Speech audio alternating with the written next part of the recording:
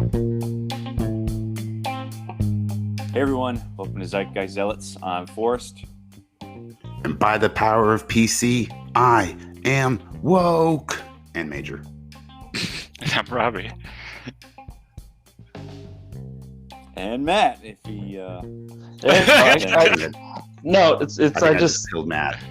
I lost you guys there for a minute. I don't know what happened. Everything went silent on my end. And Matt. Yeah, you missed that whole intro. Yep. Yeah. So today we're talking about Masters of the Universe Revelation. It's got some interesting reviews online. I think the critics seem to like it. I think it did pretty well on Rotten Tomatoes, critics-wide, but the audience score is much lower. And I guess we'll discuss if that was warranted, or which is for me, I'm just sort of in the middle. Wasn't great, wasn't terrible. I like the animation a lot. I like the voice acting. It's cool to hear Sarah Michelle Gellar after all these years since Buffy. I thought she did a good job as Tila. I think just the main point of contention with the show is that He-Man was heavily featured in the trailers and the promotional materials, and he's basically sort of like a background. He's not even the main character. No. Yeah, so he dies. I noticed that after the first episode. Yeah, so he's just like the intro.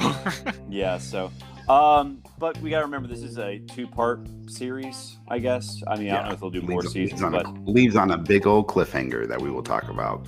So yeah, do you find out more? I'm only 2 episodes in. Yeah, I'm not entirely sure how soon it's gonna come out because I don't know if they're gonna do like multiple seasons or just like 2 parts and then like they're done. But I imagine like Mattel wants to make this like sort of like Castlevania or the Voltron series, just like keep it going and keep pumping it out and make those toy sales. Make that money. Try and get those. Forrest, have you seen all of it? Yep, I've seen all 5. I finished it last night. Cool. So we can talk about the last episode here at the end. The whole time I watched it, I was just thinking about how this TV show is just going to be torn to shreds online. And then I think you pointed out with the reviews, like that's exactly what happened. Like 94% on Rotten Tomato, 43% on IMDb, and 48% on like Google reviews or whatever. I just watching it, I just knew like the whole go woke, get broke, toxic masculinity fanboys out there are gonna hate every minute of this TV show. At least, after episode 1. What did you think overall, Mage? Very middle of the road. I don't come from a background of He-Man. Mm-hmm. I never watched it growing up, so I didn't have they destroyed my childhood. Like one episode at your house, but I think that might have just been Thundercats. I don't know. I didn't have TV. I really like the 2002 series, and I think this, if anything, this show just made me want to rewatch that because that had like the animation was just as good. It was definitely had a darker tone. It definitely was celebrated the 80s series, but also like put like a more of a modern spin on it. And basically, if they ever do a movie, that should be the template for. But I enjoyed the puns. The puns were what kept me going through every episode. Yeah, they do that a lot in the original. It's a lot of puns. Yeah, it was pretty corny. It was good. Oh yeah, like the first line, Adams is like, "I have the power to pop this bubble." Right? Things like that. It was kind of weird that Cringer was talking because I don't think he talked in the 2002 series. That was kind of a little strange for me. Although I think he talked in the 80s series. But Matt, did you watch it? No, and I'll go on a rant in a minute about this. Okay. I'm just gonna head out now, and I'll be back for next week's podcast after Matt sees it because that's really all I come from every week. It's just for Matt's opinion on things that really we're just trying to trick him to watching bad media. I mean, seriously, you guys have gotten me to rant about random shows. You guys have gotten me to watch some of the stupidest shit I have seen that can be called, geek nerd fandom. Yeah. All right. I loved He-Man in the 80s when I was 6 or 7 years old. Yeah. However, now as an adult in my late 30s, I have no desire to see this at all. No. And it really upsets me that Hollywood here lately, or whoever, Netflix or whatever, keeps grabbing this stuff from the 70s and 80s without an original idea remakes it because they think some old adult is gonna like it. Dude, lately it is all about remakes. It is. It's all. I look. Don't you want to show your son? G.I. Joe. G.I. Joe schmo. What about? Don't you want to share He-Man with your son, Matt? That might be the only reason why I would even put it on in the background. But yeah. Did you ever? It's rated PG for fear, so watch out. Yeah. Some of the some of the stuff, like a thing. Some of the technology stuff. Yeah, I didn't know that either. Some of the technology stuff in the second one was a little creepy. Probably a little creepy for a kid. Oh yeah, definitely a lot of body horror because like he has literally his eyeball pops out and strangles her with it. That was weird. Yeah, so that might be a little too much. Do you know Henry Rollins voiced the Triclops guy? You don't know who Henry Rollins is? I love Henry Rollins. Yeah, he was the voice of that guy. So I was like, oh, because I watched the after show where they interviewed all the voice actors. You got deep into it, huh? Well, it was like it came on right after the show ended, so it was like Masters of the Universe Revelation, and I think they interviewed Mark Hamill, and I think he like bashed on Last Jedi again because I think Kevin Smith has asked him about like Luke Skywalker. And he was like, yeah, I've kind of gone through the whole gambit of Luke Skywalker. He was like a, wide-eyed farm boy, then became a Jedi Master, then he became a suicidal Senate. So, we went through the whole, the arc of Luke Skywalker there. So, but yeah, so, I don't know. I also liked Duncan, Man-at-Arms. He was voiced by the guy who plays Davos on Game of Thrones. Y'all still with me? Oh, we lost. Yeah, we lost Major. So I was trying to watch some of Dune while you guys are talking. Oh yeah, I guess this will be a very short podcast because the only guy who watched the show besides me in its entirety is gone. So what's the basic? What is the basic premise of this show? Convince me to watch it. Okay, that's gonna be hard because if I tell the truth, you're gonna be like, screw that. Okay, so the first episode is very, very, by the numbers, what you would expect from a He-Man show. Like, Skeletor attacks Castle Greyskull. Adam becomes He-Man, and they go to Castle Greyskull to fight Skeletor. And Skeletor unlocks this sort of secret base or crystal or orb underneath Castle Greyskull and reveals its true form, which is like this crystal palace. They get into a big battle, and they break the orb that's like containing all the magic and eternity, and it kills both Skeletor and He-Man. And when they go tell the king, or did it? Well, technically it did, but no.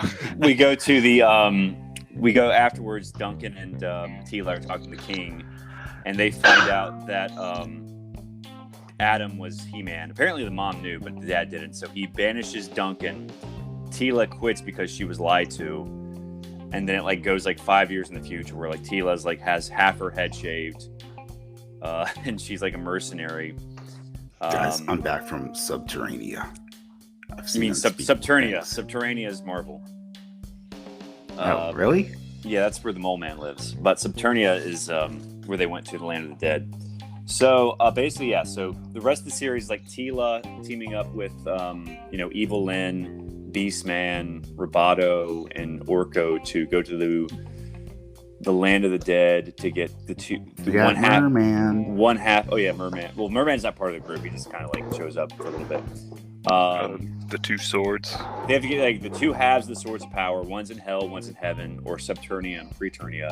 They have to reforge them to bring back the magic to Eternia because there's no magic in Eternia left.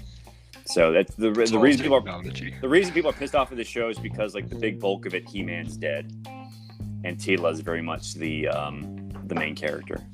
So I think that's people are pissed off about. The reluctant hero. Yeah. Well, they didn't call the show He-Man. No, they didn't. But he is the star of the franchise, though. So yeah. And he was heavily featured in the promotional materials. So so they make everybody think it's about him. Yeah.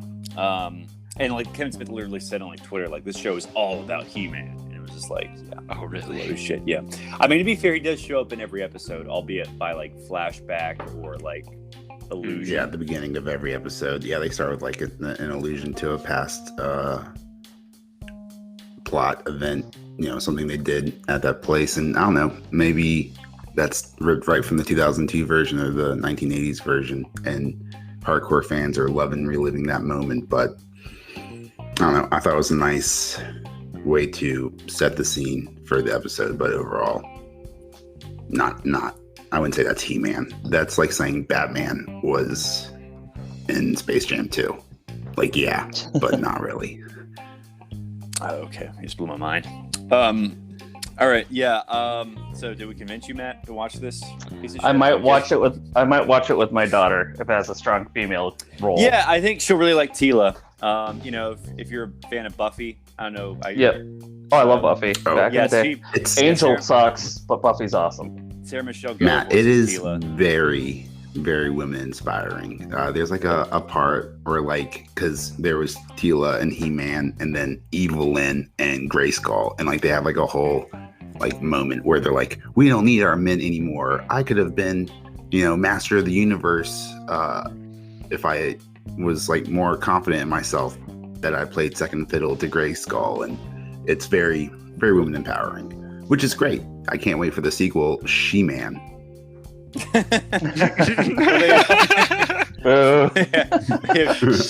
Major, they have She-Rock. She-Woman.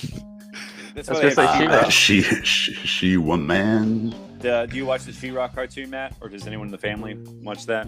No. I guess that's She-Rock. It's the female spin-off of He-Man, because apparently girls did like He-Man in the 80s. They made a female version, because the whole reason they made He-Man in the first place was Mattel was the company that made Barbie, so they wanted to make toys for boys. So they created He-Man. Doll just wasn't selling. I guess not. I will tell you, in the 80s and early 90s, between G.I. Joe and He-Man, that was literally half of the toys in a Toys R Us. And they would change something up so Cobra would get these new weapons, and all of a sudden you'd have a whole 32-foot section of the new weapons from Cobra.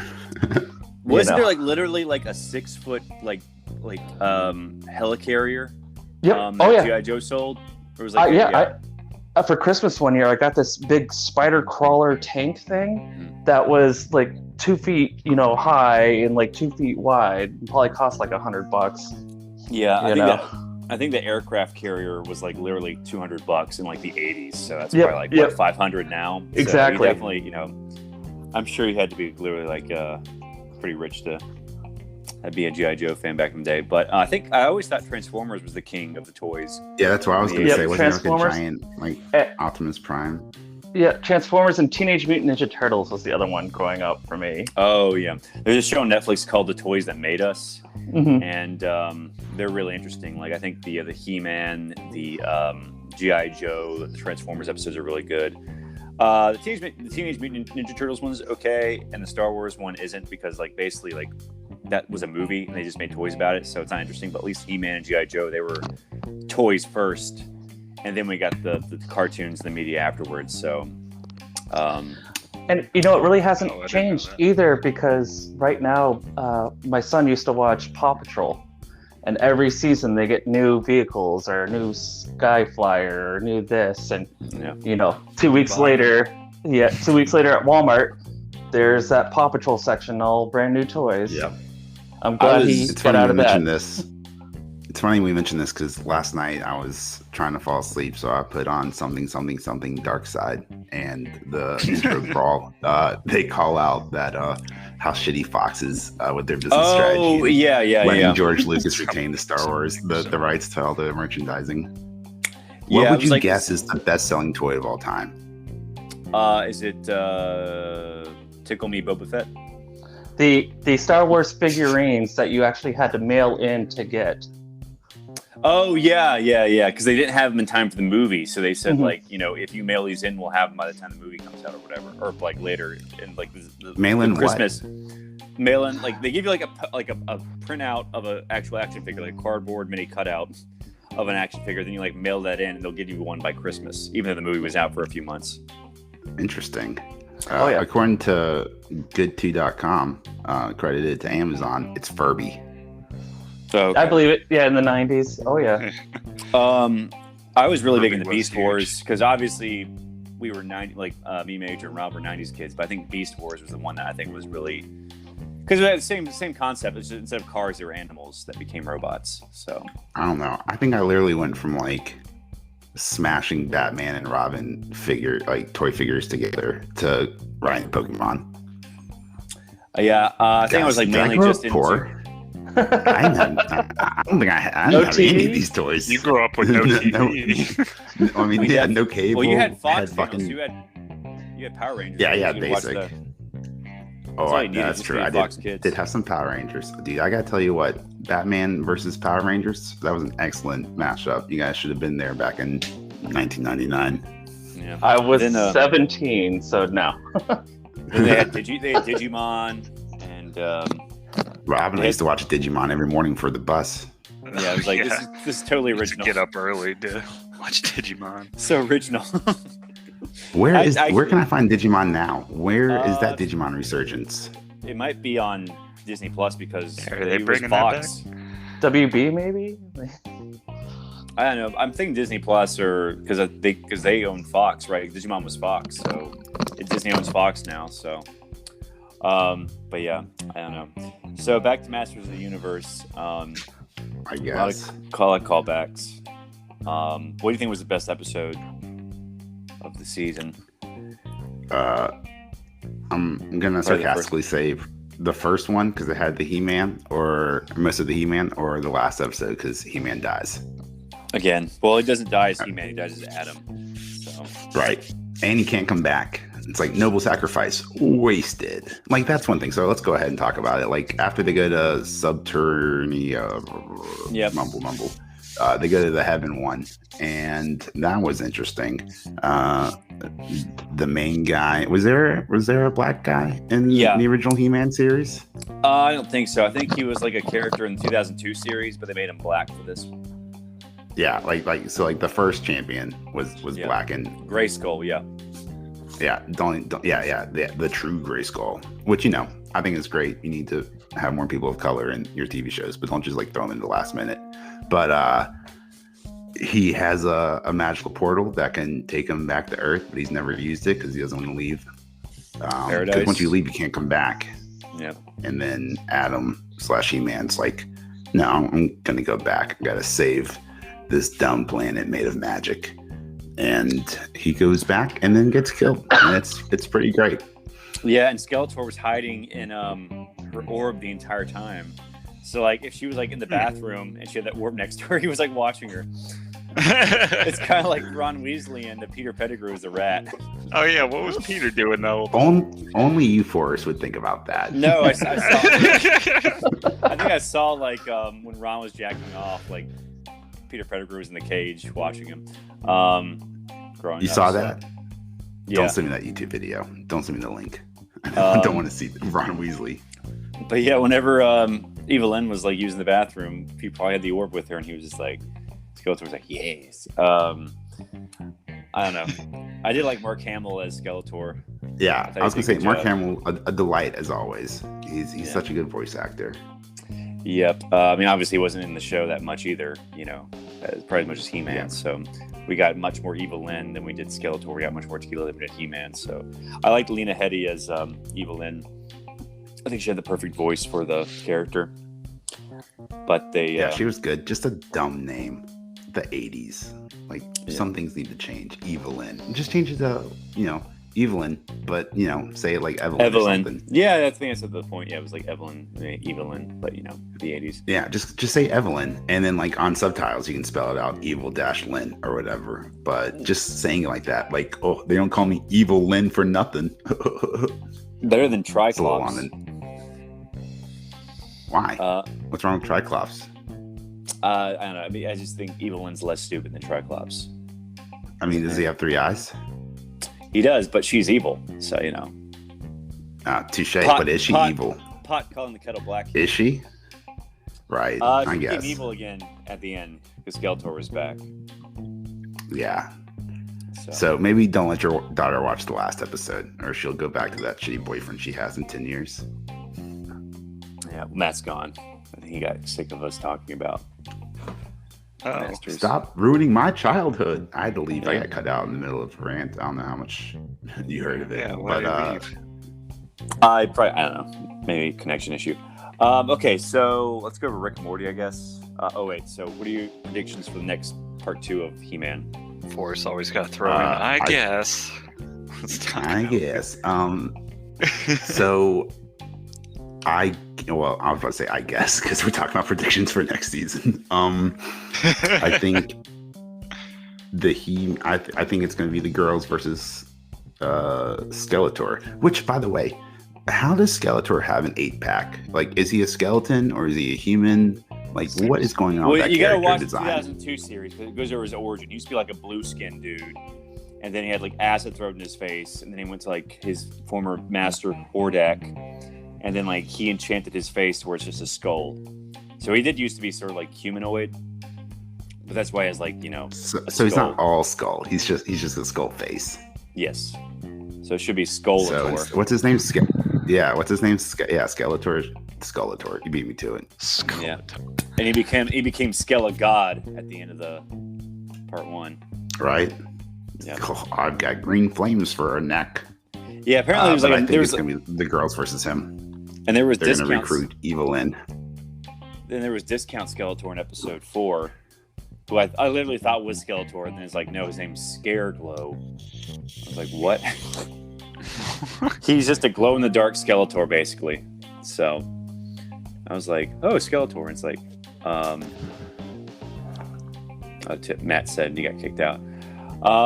Okay, but yeah, that's all. I guess, yeah, I don't know. Hopefully He-Man comes back. Otherwise, I shan't be watching this show anymore. But I like the animation, I like the voice acting. Batman played Merman. That was kind of cool. Animation was good. Wait, which Batman? Yeah, Kevin a lot of Batmans. Kevin Conroy. Kevin Costner. Oh, Kevin Conroy. Kevin Costner. That's a completely different Batman. The voice of Batman in the animated series. Probably the most well-known voice actor for the role. Well, I would have liked to see Skeletor and Kevin Conroy like interact with each other, Merman and Skeletor. That'd been nice. They did in episode 3. Oh, briefly. I guess they did. Yeah, but not like I don't know. I'd expect more from Kevin Smith. Who did you guys know he named his daughter Harley Quinn? Yep, I think she's a voice in this show too. She is. That's how I figured it out. Or that's how I found that information out, just Googling the cast. But I know he's a huge Batman fan. He's got his Batman Beyond podcast after he lost all that weight and stuff. But naming your daughter Harley Quinn is a lot. Yeah, I don't think she seems to mind. No. But $15, little man, put that shit in my hand. Oh yeah, that money Jason doesn't Mewes. show you. Oh me, yo. Jason Mewes is the voice of Stinkor, the skunk thing, in this show. Nice. I love Jason Mewes. Yeah. But yeah, that fact He's back. We missed you, Matt. Sorry. Savior of the podcast. That's what I was going to say, but I didn't want to go that high.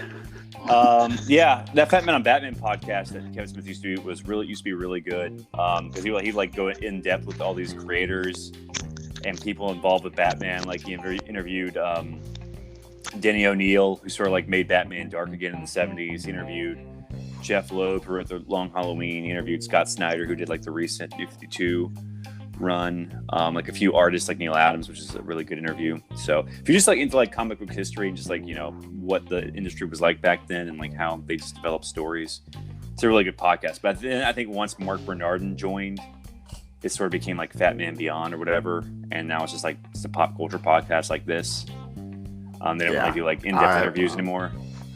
I watched a lot of it leading up to the Rise of Skywalker. Yeah, but yeah, look up those old podcasts should be online. They're really good if you're just like want to hear like some good interviews. But yeah, I guess we can talk about Rick and Morty real quick. This was like the episode where making fun of Hellraiser. Hellraisers. Oh yeah, making fun of Hellraisers. Yeah, Hellraiser now, was definitely one of those. Who here has seen Hellraiser? Me, and it was definitely one of seen those. It, but I know about it. One of those movies that I watched way too young because I thought like I would be cool and get it. Creepy watching really young. Yeah, and that and Poltergeist 3. Still to this day, I can't look in a mirror. Wow. Or if I see a Rubik's Cube, I'm like, fuck that shit. Yeah, it's definitely one of those best-selling toy. one of those strange horror franchises. That's like, I think the book is even like more messed up because I think the guy who wrote the book directed the first movie, and it's just basically it's like they're the demons who exist in a world where pleasure and pain are the exact same, and like the more they're in pain, the more pleasurable it is. So yeah, the book is like basically just like a smut, but like with the horror vibes, but. Very interesting idea for a horror franchise, but I've never seen any of them. Rick and Morty just make fun of it, just keep flipping it around on him. It's a huge parody. Yeah. Now, but what do you doesn't guys that think? make you mad or in pain, which means you would like it, and then flipping the logic on their head. Do you guys think that they were deriving pleasure from Jerry's pain or Rick's pain? Because they were talking about like. Cringe is only cringe if there's someone to cringe at it. It was originally just Jerry, but then they came as like a combo deal. Well, I think Rick was always there, so Rick was in pain for having to be in Jerry, and they fed off Rick's pain. Yeah, when they were glowing Rick purple. didn't want to be there. Unless they were cringing by being around Jerry, and they were just like being in pain themselves. But I don't know. Hey guys, they got the whole soundtrack to Smash Mouth.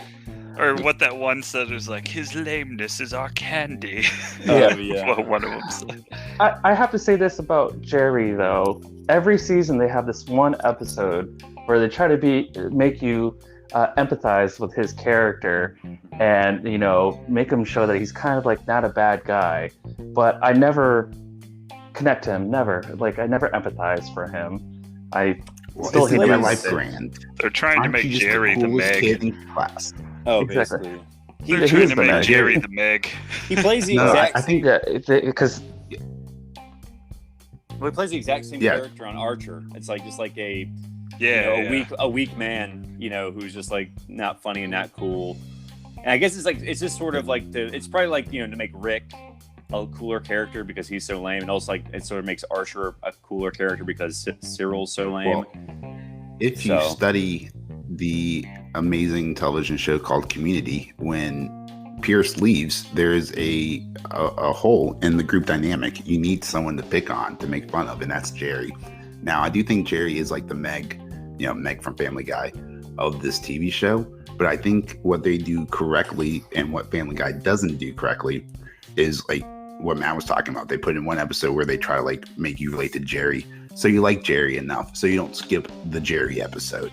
Right, because I remember there was a part during like Family Guy when Game of Thrones was still on, and Peter just like looks into the camera. He's like, "That's right, guys, it's a Meg episode. The remote's right there. No one's blaming you if you switch over. Game of Thrones is on. You want to see some tits?" And like they know, like no one cares about Meg. Yeah, I was gonna bring that up too. What did you think of the B story with the spaceship? I thought that was pretty forgettable. Yeah, I agree. I like the Changeformers. It was like, okay, I mean, Transformers parody, but they were only in it for like, 2 seconds? So she's a non-changer. And they squirt oil on her or something. Yeah. But yeah, I thought it was pretty forgettable. And like the cool kid who wasn't really cool.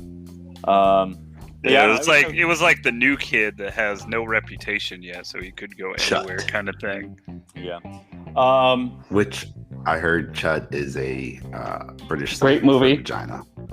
It's a great movie too. Really? Oh, is it? I've never heard of Chud the movie. It's a great movie from the 80s. It's one of those, Is that what they're referencing? Horror exploitation films. Oh, okay, so it's all connected. Yeah. Mm-hmm. Well, I really. What do you guys think about the testicle pod racer? Oh yeah.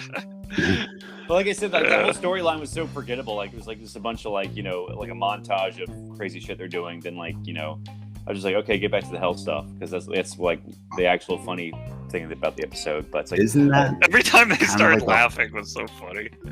They just start glowing and stuff. No. Wouldn't you say most of the season is kind of forgettable? Yes, I agree. I thought this episode was better than the one with the giant sperm. So, I don't really like the giant sperm one, but apparently the baby's coming back. Probably The big incest baby in the next episode. The next episode is going to be like a Power Rangers kind of thing. Have you seen the trailers for? Don't spoil it. Yeah, but I think I've seen a few promos. I mean, I think like in the opening credits they showed like them in the Power Rangers uniforms. So yeah, that's going to be the next episode. But yeah, I do like going in completely blind though, because that's how crazy the show is. You never know what's going to happen. I watch TV and trailers come up all the time when I'm watching TV. I don't watch cable anymore, so I just want to watch it as it comes on. I was scrolling through my DVR and saw episode 4 of season 5, the sperm episode, and I was like, this doesn't sound familiar, and so I clicked on it and I was like, no, I've seen this episode twice, because I watched it a second time because I forgot what it was about. So like, yeah, I just feel like the season's mostly forgettable. Yeah, they haven't really had any strong plot point episodes. They're just kind of random episodes, which is crazy because usually they've had some good behind the scene interviews and stuff, like with the directors and the writers, and Dan Harmon. They said like this is going to be the most plot like heavy season yet. They said they're going to drop a lot of stuff. I'm still waiting on it really. How many episodes this season? 13? 10. Just 10. Okay. Yeah. So I think, did you guys watch the Film Theorist? Shout out to Film Theorist on YouTube. Video I sent you, the one where Matt gave a hilarious comment about a 14-minute video on a 22-minute episode. Yep. Your cynicism is beautiful, even though it was on the whole season so far. But basically, the idea is that it's the origin story, which is right on par for Morty, quote unquote Hollywood, because everyone needs an origin story. Well, I think last season only had like one continuity episode, and then like the last one with Rick's daughter, who may or may not have been a clone. I think the rest of that season was like. Well, one of them was a clone. Yeah, one of them are a clone. But that was like that was the only like callback to past episodes that season, I think. So it's like I think they just want to do like standalone episodes. It seems. I feel they're bland. They're building up to something though. Yeah, there was a callback this episode when Beth was leaving the house and the kids, and she said like if the house gets teleported, don't come back or something like that. That crack in the driveway is always there now. It's still there. Since the house teleported. I've always felt this show's been more standalone than the continuity just isn't that great in this. I mean, the callbacks to, like the Council of Ricks and the Intergalactic Federation, whatever. Like those are callbacks, and like the Phoenix person or whatever. But I think it's like basically this show's strongest when it avoids continuity and just does new stuff every week. Right, and that's like exactly. Like that was what Rick and Morty was. It was like a sitcom standalone until they dropped in some continuity, and then the fan base like went crazy. I like that, but everyone's favorite. Yeah, I love the continuity because I want to learn more. I want that lore. I want that sweet lore.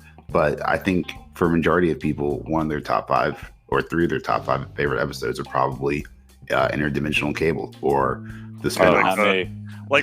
You saw on that whole what was the train, that whole continuity train, whatever the train storytelling train. Yeah when they had like when he was turning it up all the way, and they had like evil Morty, they had the Meeseeks there, they had all kinds of like unknown stuff that people are like theorizing online about all at once when he was turning everything up. They had other stuff too. I can't think of. I did really like the part about Jesus Christ saving them at the end, and he's like, don't you think this is gonna?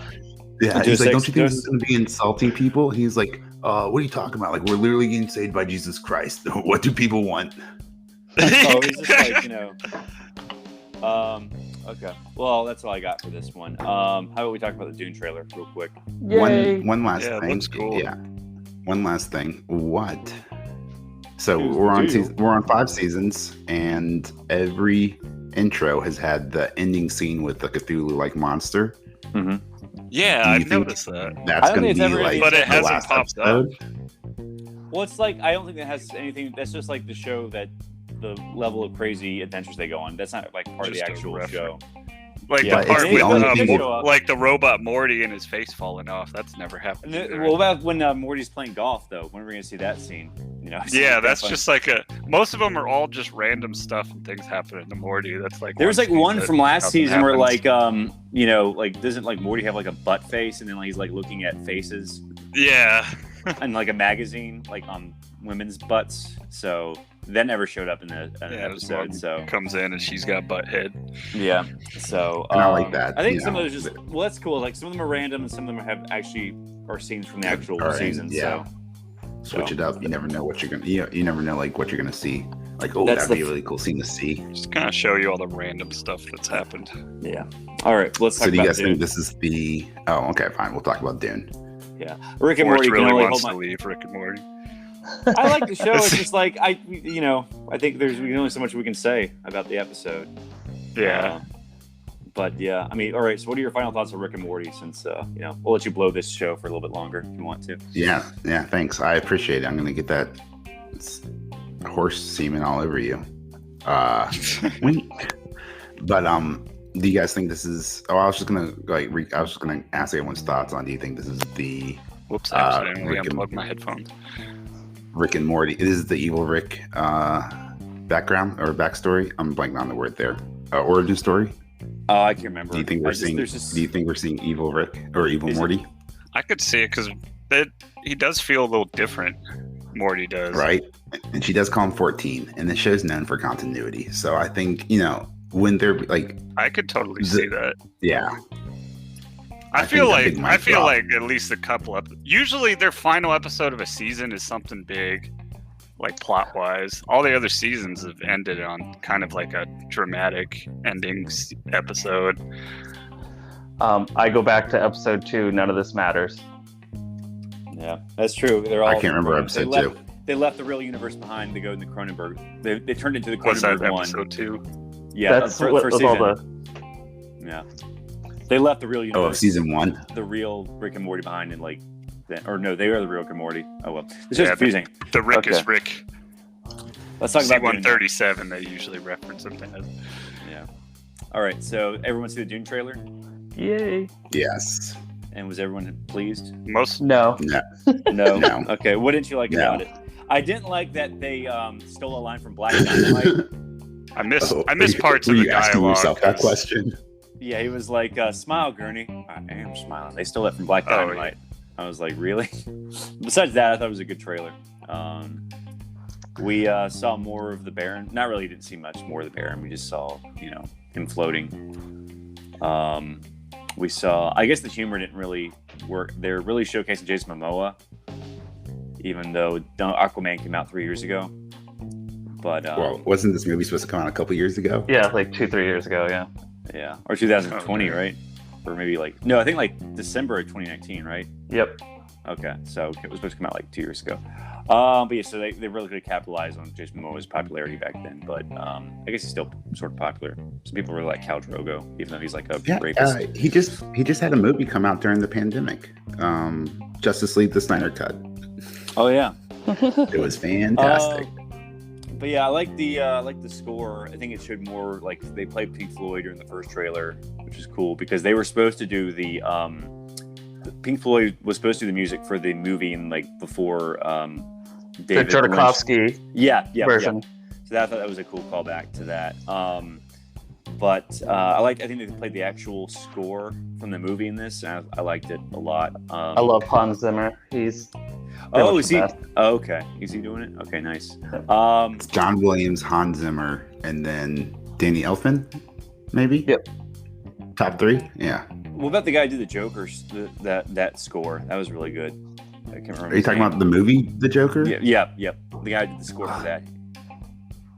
Fuck that movie. I think it's the music was good though. The score was good though, right?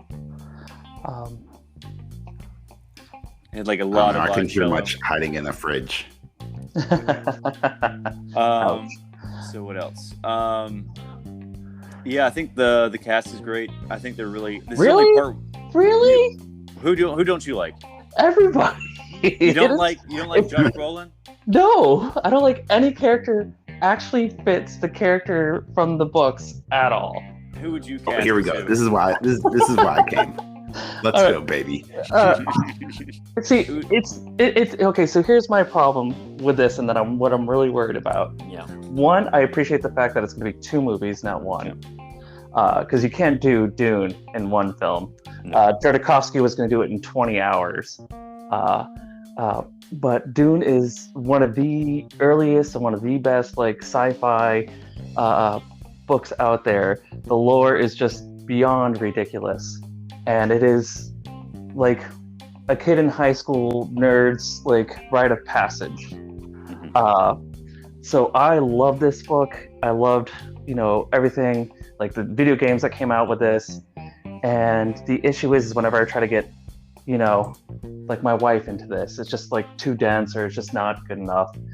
And what I fear is that this movie, and we definitely see it in this trailer.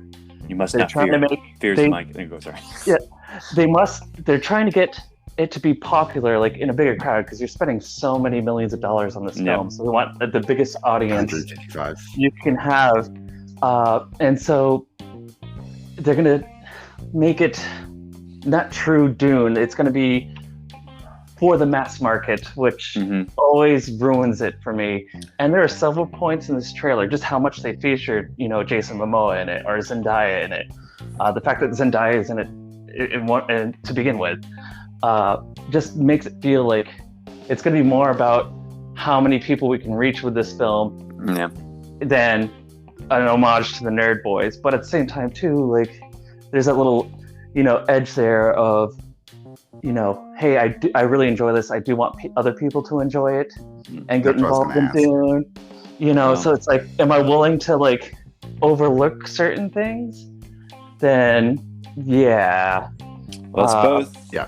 That's exactly what I was going to ask, Matt. Like, is that nerdy sacrifice of all the deep cuts, is that a good enough sacrifice for you to be able to talk about it with other people? Exactly. And so that's what I'm hoping it doesn't go too much in one direction, but it's frustrating because I want it to be like the true homage, and we're never going to get that as a Nerd Boy. What did you think of Villeneuve's last movie, Blade Runner 2049? I actually loved that movie. And so that's why I was happy when they picked him for this. 2049 blew me away because I went in typical, cynical, skeptical Matt, and the ending of that film, you just have to sit down and like take a deep breath. And so I'm hoping, but there are several parts in this, clip. I love seeing Baron Harkonnen come down. Like there's one scene where they're fighting on the sand, and that power armor they're using is like, come on, what is that? Like, is that not in the book? No, like they have still suits, which are the black things that they wear. But don't they have like a force field thing that keeps them from being hit by bullets, and that's why they have to use swords now? Yeah, well, they have force fields, and they do show the knife fight scene where they're using the shields, but you can't use the shields on the sand because it attracts the sandworms. Oh, okay. Maybe that's why they were in their armor. But yeah, that is kind of strange. They weren't in the Spartan armor. Also, you can't use nukes because if you use nukes, then it reacts to the shields, and that's why that one scene they're like, went off the shields. Yeah. So. What else? So Matt, tell me. I'm still gonna see this. Yeah, we're gonna watch it and we're gonna talk about it. But Matt, can you go into a little bit more detail? Earlier, you were talking about you don't like the casting. I see Jason Momoa, Dave Bautista, Stellan Skarsgård, Oscar Isaac, Javier Bardem, and Josh Brolin. So like these are fantastic people. You just don't like who they were cast as? Yeah, who they were cast as, and get way too in depth with it. But no,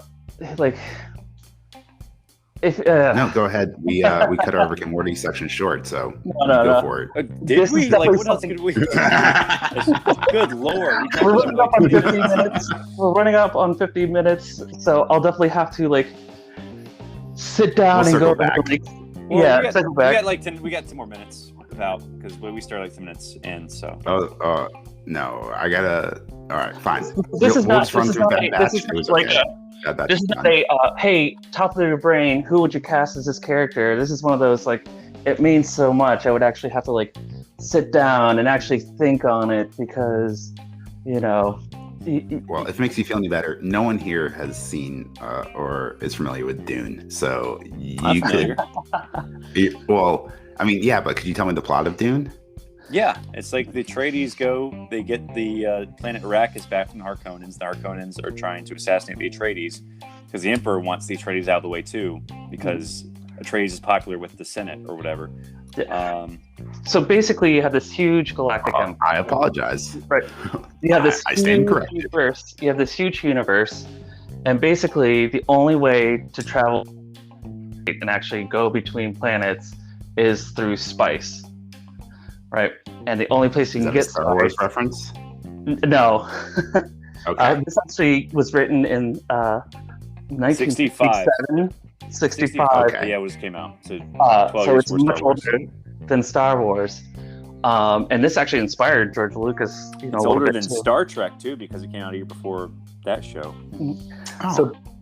So basically, you have House Atreides, and they're going to take over custodianship of Arrakis, which is the planet where the spice is from. But in order to because it would make them so powerful, they have to give up their home planet and abandon it. Like they have to completely move everybody off their home planet and move to Dune. What you find out later on is that this is a whole trap that the Harkonnen and the Emperor with the Sardaukar. Space Jam 2, unless anyone has any other comments. It's a 2-hour-long commercial. 2-hour-long commercial. So my expectations were so low for this movie based on the reviews I read online, podcasts I listened to, people who have seen the movie, they hated it. Right? My expectations were so low going into this movie that I actually really enjoyed it. Yeah, immensely. That was like me and I thought this movie was going to be. Oh, really? Yeah, I had so low expectations for Venom because the reviews were so bad, and I was like, not terrible. Or I don't hate this. Yeah, I thought Venom was very middle of the road, but Space Jam 2, maybe I love Easter eggs. That's a damn fact, and there's only 1 million of them in here.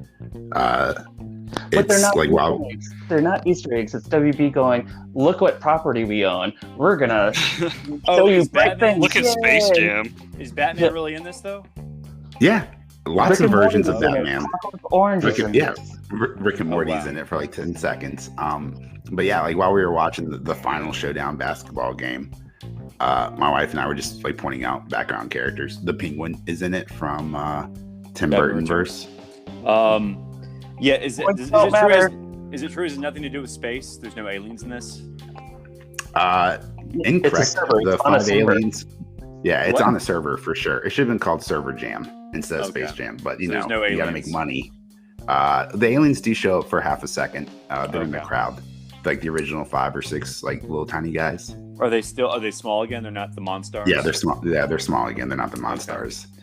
All right. Well, we got a few seconds left. Any predictions for Space Jam 3? It's gonna be a LaMelo Ball. Yeah. LaMelo Ball. Is there really a third one scheduled? No, not yet. But don't you worry, it will come out. Okay, there is one part that made me laugh out loud way too hard. And are you guys planning on watching Space Jam? I already watched it, so. Yeah, all right, cool. All right, so you know exactly what I'm talking about. It's halftime. They're down by 1,000 points because of style points. Listen to another podcast or read a review if you want to learn more about style points. But I don't know. They're down by 1,000 points, and I forgot what character, but comes back and he's like, "Guys, I found Michael Jordan." And there's this moment, Michael Jordan is this, you see this figure walking into the locker room, emerged in shadows. You can't see who it is. And then you see the Air Jordans, and you're like, holy shit, Michael Jordan's here to save the day. And then it's Michael B. Jordan, the actor. Yeah. And it was so well done. I laughed way too hard at that joke. He probably is pretty good at basketball. He does look like a good athlete, so he actually might be able to help them. Okay, well, that's really all we have time for today. I might check out Space Jam. Don't. If I'm okay, I won't. Well, I would rather watch Space Jam than Masters of the Lame-iverse. Yeah, we might have to watch Bad Batch again next week because I don't think there's anything new coming out unless you want to. I don't know how far behind I am now. Yeah, I want to point out the fact that we try a lot of our viewers probably tuned in this week to hear Matt and Forrest and I and everyone else talk about Dark Phoenix. And I just want to point out, like, let the record state, Forrest refused to watch that movie. Every time we texted about it, he just went radio silent. Well, how are we going to watch it, like, on the podcast? Like, we're going to have to... No, we're not going to... We're not going to watch it on the podcast. We're just going to watch it together. We're going to watch it, and then we're going to talk about it on the podcast. Okay. Like a What group, else do we do? group tweet or group text or something. All right. Well, Yeah, I always envision we talk talking- about, like, recent stuff, but, I mean... No, But this is so bad, you gotta. this is revenge for making Matt watch all this terrible movies. Black Widow, Okay. yeah. Okay, my comeuppance. All right, well, that's our show, everyone. Yes. I'm Forrest. I'm Major. And I'm Robbie. Matt. We'll see you You next guys will time. play some Halo after this? Thanks for listening. I think so.